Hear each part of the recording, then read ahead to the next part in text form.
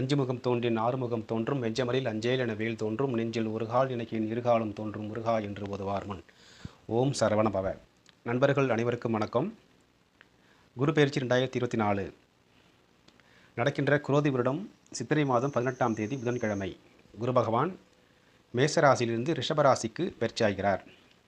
நம்ம இந்த ராசி இன்றைக்கி வரிசையில் பார்த்தோம்னா இன்றைக்கி நம்ம பார்க்க போகிற ராசி தனுசு ராசி, காலபுருஷனின் 9வது ராசி. ராசிநாதன் குரு பகவான். குரு பகவானை பார்த்திங்கன்னா 5ஆம் இடத்திலிருந்து 6ஆம் இடமான ருணரோக சத்துருஸ்தானத்துக்கு பயிற்சியாக இருக்கிறார் மே 1ஆம் தேதி அன்னைக்கு. சரி சார், இப்போ வந்து பார்த்திங்கன்னா ராசி அதிபதியே 6ஆம் பாவத்தில் போய் இருக்காரு அப்படின்னா என்ன கொடுப்பார் குரு? 6ஆம் இடத்தின் சுப பலன்களை உங்களுக்கு கொடுப்பார். 6ஆம் இடம் வந்து பார்த்திங்கன்னா ஒரு நெகட்டிவான ஸ்தானம் தான். கடன், நோய் அதுமாரி உள்ள ஸ்தானம் தான் அந்த 6ஆம் பாவகம்.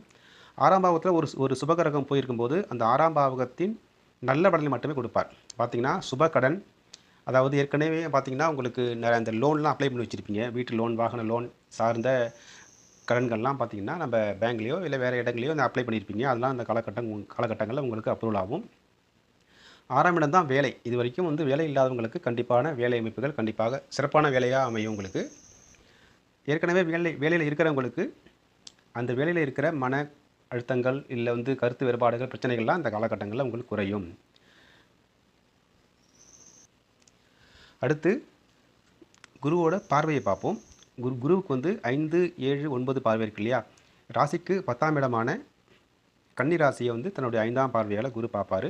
இதனால் வந்து தொழிலில் இருந்த பிரச்சனைகள்லாம் வந்து கண்டிப்பாக நீங்கும், தொழில் மேம்படும், தொழிலில் ஒரு மந்த நிலையெல்லாம் மாறும் இந்த காலகட்டத்தில். அப்புறம் பார்த்திங்கன்னா குரு வந்து விரயஸ்தானத்தை பார்க்குறார். அதனால் தொழில் சார்ந்த விரயங்கள், அதாவது எப்படி இருக்குன்னா அது சுபகிரகம் இல்லையா?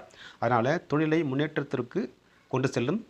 பேங்க்கில் வந்து நீங்கள் லோன் போட்டிங்கன்னா அதெல்லாம் இப்போ வந்து அப்ரூவல் ஆகும். தொழிலை வந்து நீங்கள் அடுத்த கட்டத்துக்கு கொண்டு போகிற தன்மைகள்லாம் இந்த காலகட்டங்களில் உங்களுக்கு கண்டிப்பாக இருக்கும்.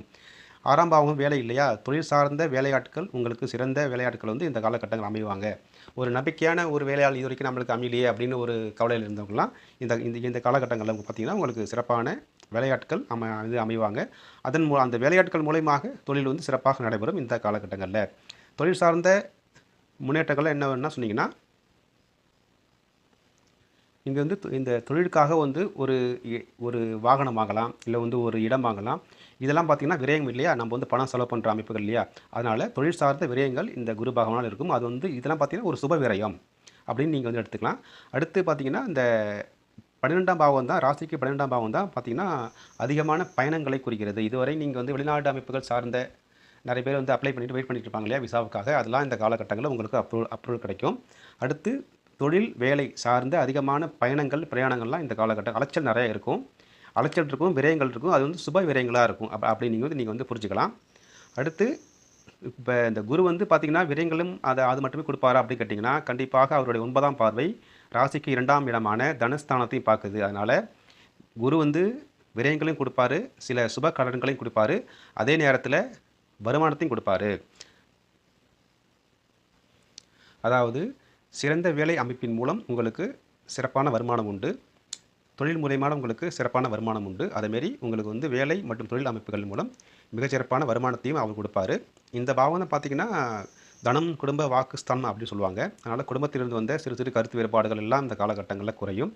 அடுத்து இந்த வருட கிரகங்களில் பார்த்திங்கன்னா ராசிக்கு 3ஆம் பாவத்தில் சனி இருப்பது சிறப்பான அமைப்பு.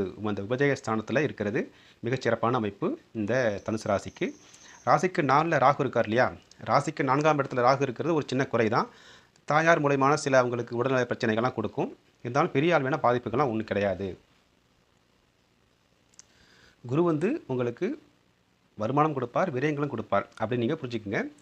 என்ன மாதிரி விரயங்கள் கொடுப்பார் பார்த்தீங்கன்னா சுப விரயங்கள். இது வந்து அவர் குரு பயிற்சியாக அவர் பார்த்திங்கன்னா இது வந்து சுக்கிரனோட வீடு இல்லையா?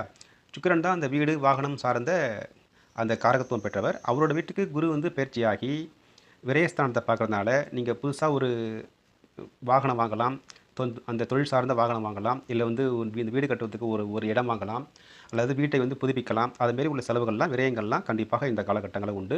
என்ன அந்த சேமிப்பு வந்து இப்போ கொஞ்சம் சேமிக்கிறது கொஞ்சம் கஷ்டம். இப்போ ஏன்னா விரயஸ்தானத்தை குரு பார்க்குறாரு இல்லையா?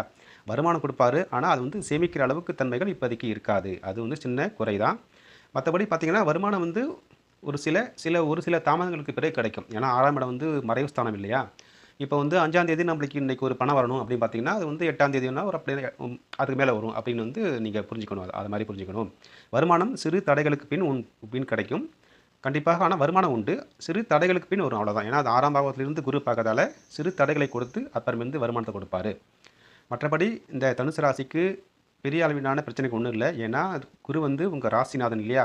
ராசிநாதன் வந்து எப்போதும் ராசிய வந்து காப்பாத்த மட்டுமே வந்து பார்ப்பாரு. அதனால பெரிய அளவிலான பிரச்சனைகள்லாம் ஒண்ணும் இல்ல. குரு இருக்கிறது பார்த்தீங்கன்னா, அது ஒரு சுபரோட வீடு தான். மேலும் உங்களுடைய அந்த பிறந்த கால ஜாதகத்தில நல்ல தசாபுக்தி போயிட்டு இருந்ததுன்னா, இந்த குரு பெயர்ச்சி மேலும் பார்த்தீங்கன்னா, உங்களுக்கு தொழில் சார்ந்த, வேலை சார்ந்த அமைப்புகள்ல நல்ல பலனை உங்களுக்கு கொடுக்கும். அதமாரி நீங்க புரிஞ்சுங்க. மத்தபடி இந்த தனுசு ராசிக்கு இந்த குரு பெயர்ச்சி பெரிய அளவிலான பாதிப்புகள்லாம் ஒண்ணும் இல்ல. சிறப்பாகவே இருக்கும் இந்த குரு பெயர்ச்சி உங்களுக்கு. நம்மளுடைய மயூரன் டிவியை இதுவரைக்கும் நீங்க சப்ஸ்கிரைப் பண்ணலன்னா, நீங்க பண்ணிக்கங்க. அடுத்து வர பதிவெல்லாம் குரு பெயர்ச்சி முடிஞ்சு ஆன்மீகம் சார்ந்த பதிவுகள், அப்புறம் தனிமனித ஜாதக விளக்கங்கள்லாம் அடுத்தடுத்த பதிவுகள்லாம் வரும். மீண்டும் நம்ம அடுத்த பதிவில் சந்திப்போம். நன்றி. வணக்கம் நண்பர்களே.